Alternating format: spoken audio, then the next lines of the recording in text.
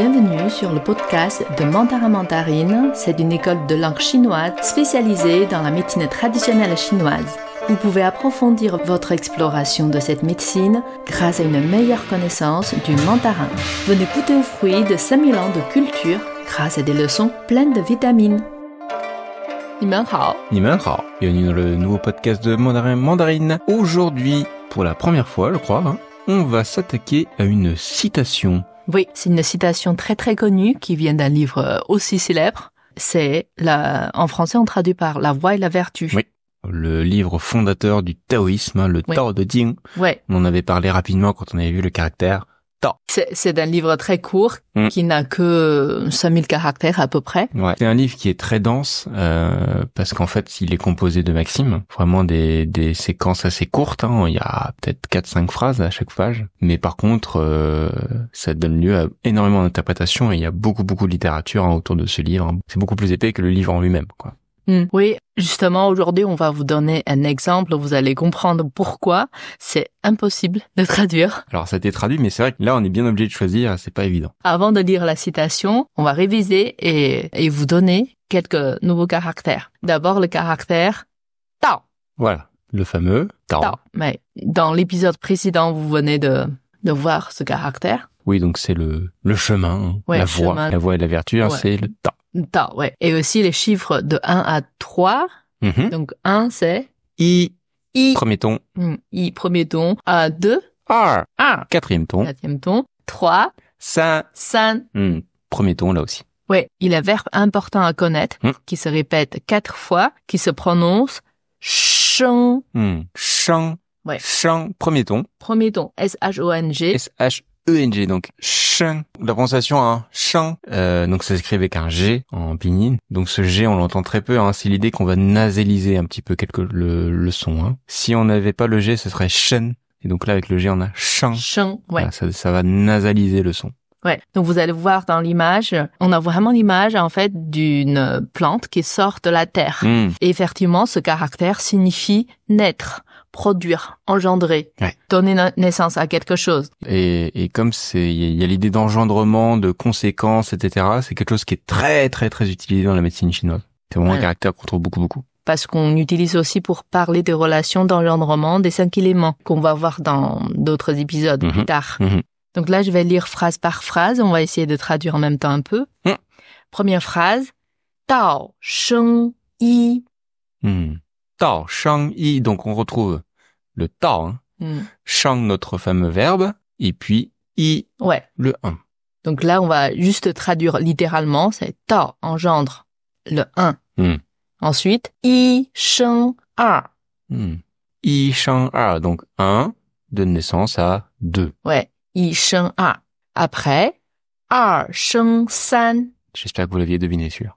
Ouais. 2 donne naissance à 3. Donc, vous voyez qu'on est toujours dans une symétrie, en termes de... On répète le même verbe. Parce que c'est très courant dans la littérature chinoise, notamment ancienne, et spécifiquement encore plus dans ce livre. Dernière petite phrase. San sheng wan wu. San sheng wan wu. Ouais. Wan wu. Puisqu'on parlait de codification un petit peu du texte, une phrase comme ça en 4 caractères, c'est vraiment typique de la langue chinoise. 4 caractères, c'est un peu le nombre magique pour avoir une phrase qui a un impact. Et donc, San sheng wan wu. 3 donne naissance à, et là, nouveau mot de vocabulaire. Wan wu.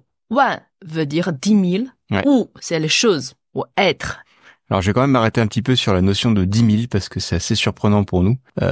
Il y a un caractère pour dire 1000, il y a aussi un caractère pour dire 10 000. Ouais. Et donc, en chinois, peut-être on en reparlera un petit peu plus tard, mais on compte pas de la même façon quand on arrive dans cette ordre de grandeur. Là, on en parlera dans d'autres épisodes aussi. Puis ici, donc on a wu, qui veut dire la chose. Donc 3 produits, les 10 000 lettres, si on traduit littéralement. Et quand on a ce terme ici de 10 000, en chinois, on est souvent dans l'idée d'une infinité, c'est totalité, beaucoup de choses. C'est pas 10 000 précises comme en français, il n'y a pas de 36 solutions. Exactement. Ça va dire 36. C'est le 36 chinois. Voilà. Donc ça veut dire beaucoup d'êtres, tous les êtres. Donc 3 produits, tous les êtres. Alors un petit mot sur Wan Wu. les 10 000 êtres, les 1000 choses. C'est une expression fixe en fait, qui est très utilisée dans les livres anciens, comme dans La Voix et la Vertu, et ça permet de désigner un petit peu tout ce qui existe dans l'univers. Il existe une édition en France où vous avez le texte en chinois et la traduction en français page par page. Et si vous vous amusez du coup à regarder, à chercher les caractères, vous verrez que 20 our, c'est une expression que vous retrouverez dans la moitié des pages pratiquement. Ouais. On avait noté les chapitres, il y avait 1, 2, 4, 5, 8, 16, 21, 32, 34, 37, 39, 40, 42. Ouais. Dans tous ces chapitres-là, vous allez retrouver ces 2 caractères qui veulent juste dire tout ce qui existe. Quand on dit 10 000 lettres, c'est pas que l'être humain, c'est les animaux, les plantes, la montagne, l'eau, tout ce qui existe entre le ciel et la terre. Oui. C'est vrai? Oui. Donc si on reprend, est-ce qu'on peut prononcer tout d'un coup peut-être? Ouais. Dao sheng yi, yi sheng er sheng san, san sheng wan wu. Ok. Donc le Tao engendre le 1 engendre le 2 engendre le 3, et le 3 engendre les 10 000 choses, les 10 000 êtres. Voilà cette citation qui vient du chapitre 42 du livre La Voix et la Vertu. Vous avez compris pourquoi c'est difficile à traduire. Genre, si on traduit comme ça, on comprend rien, en fait.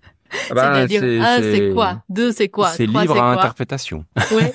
Quand on traduit, déjà, même pour les Chinois, quand on lit le chinois, tous les Chinois comprennent pas la même chose. Ouais, je pense que c'est volontaire, Il y a aussi quelque chose de un peu mystique. Voilà. Il faut que ça donne envie de creuser, quoi. Ce genre de façon de créer des phrases.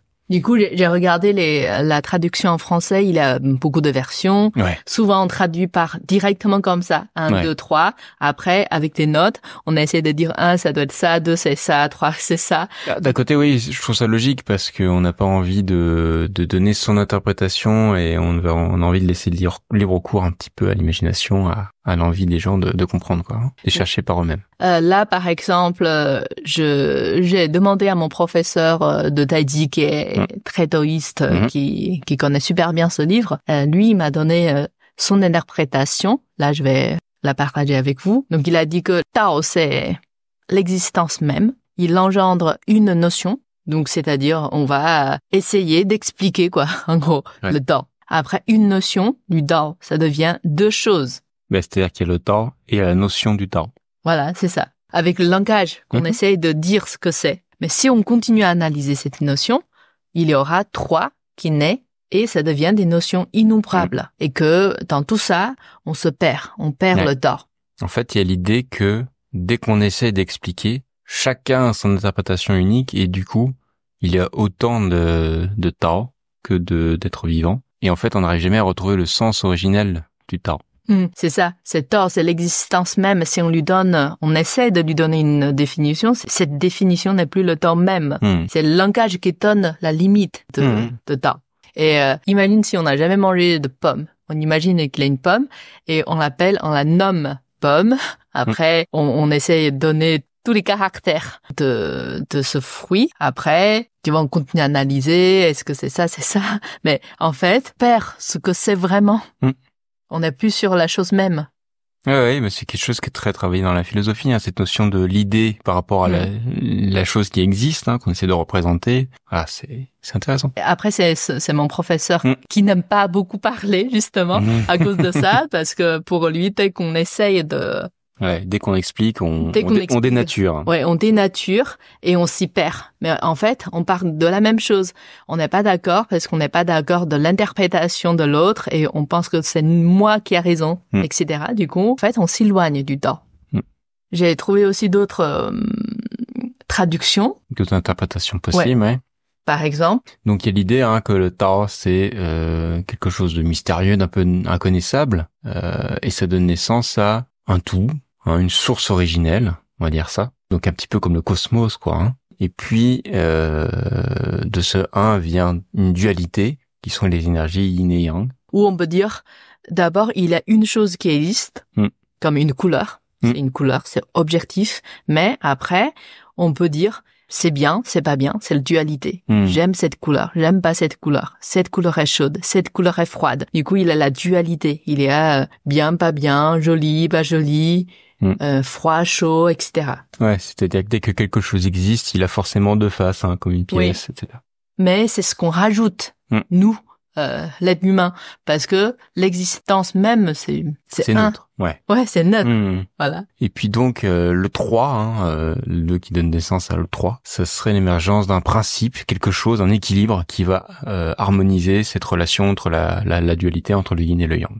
Ouais, ça c'est une interprétation qu'on a trouvée en ligne. Et donc ce souffle, c'est ce qui va permettre de créer toute chose, en fait.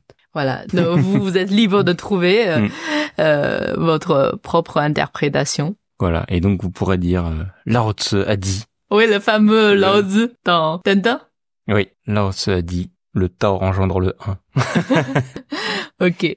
Ouais, c'est une maxime, c'est vraiment une citation très célèbre du livre de la voix et la vertu. En fait, l'avantage de ce genre de texte, c'est qu'il n'y a pas forcément 36 000 caractères, donc dès qu'on en connaît un petit peu, on peut déjà commencer à voir un petit peu, à regarder si on reconnaît des choses et à laisser l'imagination nous porter. Donc c'est intéressant même quand on débute finalement de regarder ce genre de choses. Ouais, surtout puisqu'il n'y a pas de conjugaison et que c'est très succinct, même si vous connaissez à peine le chinois, vous comprenez très vite. Mais c'est ça, par exemple, là, c'est très accessible. Est-ce qu'on peut dire que c'est le Tao qui engendre ou qui a engendré ou qui engendrera, voilà. Libre à vous de le décider, en fait. Parce que c'est juste un caractère qui ne change pas et qu'il n'y a pas de temps, tout ça. Si vous avez une interprétation que vous connaissez ou que vous ressentez, n'hésitez pas à nous la partager, ça nous intéresse. Ouais, tout à fait. Sur ce, à bientôt pour une prochaine leçon. Oui. Ça tient. Voilà, c'est la fin de cet épisode. Vous reprendriez bien un nouveau concentré de culture et de langue mandarine. N'hésitez pas à vous renseigner sur mandarinmandarine.fr. Tenez vos jus.